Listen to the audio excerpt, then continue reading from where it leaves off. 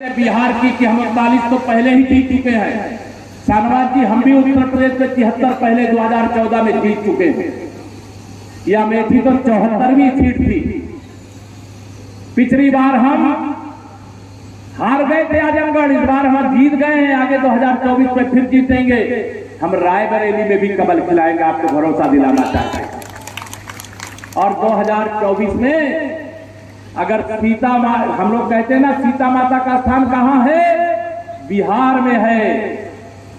और भगवान राम का स्थान कहां है? उत्तर प्रदेश में है। सीता मैया के आशीर्वाद से 40 सांसद और भगवान श्री राम की कृपा से 80 सांसद, 120 सीताराम बोलिए और 120 सांसद का समर्थन मोदी जी को सौंप देने का काम करिए। करोगे मेरे भाई बहनों? 2024 का लोकसभा चुनाव बड़ा ऐतिहासिक है। विपक्ष की ओर से उनको खोजे थे मोदी जी के खिलाफ। मोदी जी की टक्कर का कोई प्रधानमंत्री पद का प्रत्याशी नहीं मिल रहा। और जो प्रधानमंत्री बनाने के लिए एक्सरसाइज कर रहे हैं, वो अभी 23 जून को, अरे नीतीश कुमार जी, आप 23 जून को अगर नहीं करते, 21 जून को एक्सरसाइज कर लेते, योग कर लेते, तो शायद आप लोगों के स्वास्थ्य में कुछ सुधार शुरू हो जाता। क्योंकि राजनीतिक रूप से आप बीमार हो गए। मुझे मालूम है जनता दल यू का बिहार में भी खाता नहीं खुलने वाला, और देश में तो उनका कहीं कोई वजूद ही नहीं है।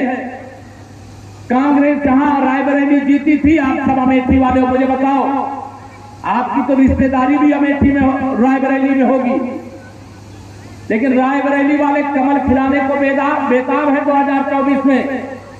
हम उत्तर प्रदेश ही नहीं, बिहार ही नहीं, हिंदुस्तान में इस बार 350 से अधिक सांसद जिता करके माननीय नरेंद्र मोदी जी के नेतृत्व में सबसे मजबूत सरकार बनाएंगे। कल श्री अखिलेश यादव जी का मैं एक ट्विटर पर ट्वीट पढ़ रहा था, वो ट्वीट किए थे। उन्होंने कहा था, पीड़ित, पिछड़ा, दलित और अल्पसंख्यक पूछना अमेठी के गरीब मुसलमानों से,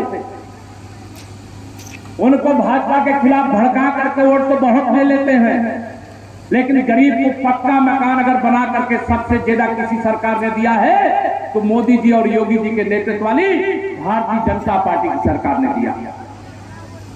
हमारी सरकार सबका साथ सबका विकास के मुद्दे पर कायम रहती है।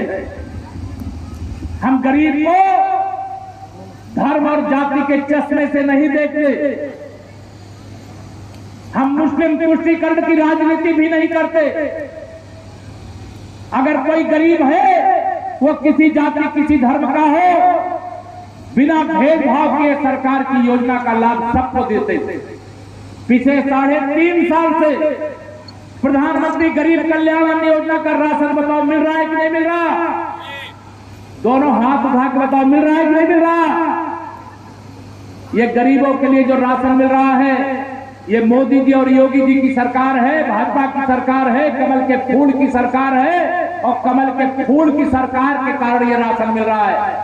अन्यथा चाहे कांग्रेस वाला हो, चाहे सपा वाला हो, चाहे बसपा वाला हो, या केवल आपको भाषण सुना सकते थे, आपके भूखे पेट को, आपके भूखे बच्चों को भोजन का प्रबंध नहीं कर सकते थे। मैं आप सभी लोगों से यहां पर यह कहना चाहता हूं, 2024 में माननीय नरेंद्र मोदी जी के नेतृत्व में फिर से देश की सरकार बननी चाहिए कि नहीं बननी चाहिए? बताइए, दोनों हाथ उठाकर के ऊपर, सब लोग हाथ उठाकर बताइए। मेरे पत्रकार मित्र भी यहां पर है, वहां भी देख ले कि अमेठी की जनता कमल का फूल खिलाया था और कमल का फूल फिर से खिलाने जा रही है। मैं आप सभी लोगों से 2024 के लोकसभा चुनाव के लिए आह्वान करता हूं, अपील करता हूं।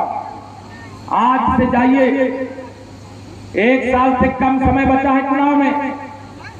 अभी विरोधी आएंगे, बड़ी अफवाह फैलाएंगे, लेकिन मैं श्री अखिलेश जी की बात कर रहा था। श्री अखिलेश यादव जी, आप पिछड़े, दलित और मुसलमानों की बात कर रहे हो, केवल उनकी वो बात वोट के लिए कर रहे हो, उनकी जीवन की भलाई के लिए नहीं कर रहे हो।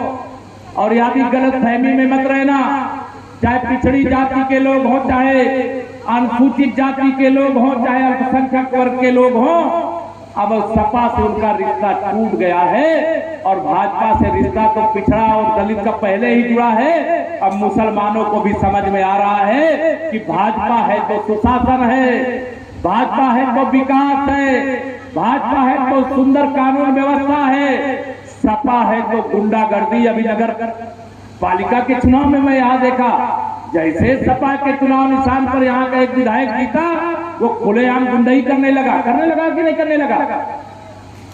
मैंने जब देखा, मैंने देखा चुनाव में क्या रिजल्ट आता है। मैं बधाई देता हूं गौरीगंज के लोगों को, आपने कमल खिला करके गुंडागर्दी को परास्त करने का संदेश देने का काम किया।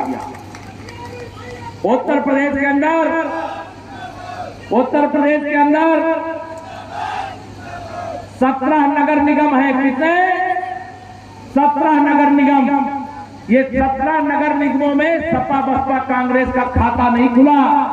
जो जितने प्रदेश के बड़े से बड़े शहर हैं, वहां कमल का फूल खिला है, जनता के आशीर्वाद से खिला है। अब ये बेचैन है, इनको लगता है कि भारतीय जनता पार्टी की सरकार 5 साल रही तो फिर अगले 5 साल आ गई और तीसरी बार माननीय नरेंद्र मोदी जी अगर प्रधानमंत्री बनेंगे तो 150 साल तक शायद ये सपा बसपा कांग्रेस वाले एक साथ मिलकर के भी लड़े, तब भी इनका नंबर नहीं आएगा। जब इनको 60 साल मिला तो 120 साल मेरे हिंदुस्तान को पीछे ले गए। 2024 का लोकसभा चुनाव